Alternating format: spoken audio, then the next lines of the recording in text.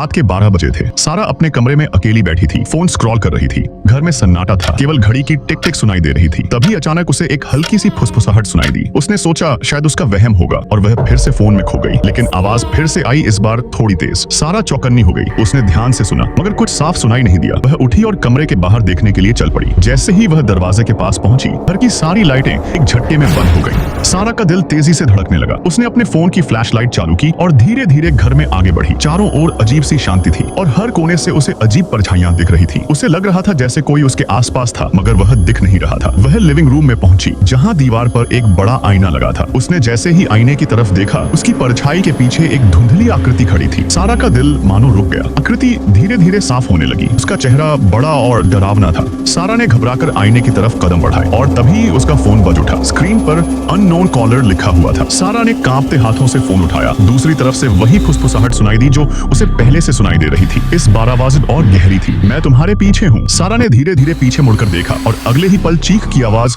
घर के सन्नाटे में गूंज उठी। उसके बाद वहाँ बस सन्नाटा था। वैसे आप सब भी तो अकेले ही बैठे हैं रूम में। क्या आप भी अकेले ही हैं?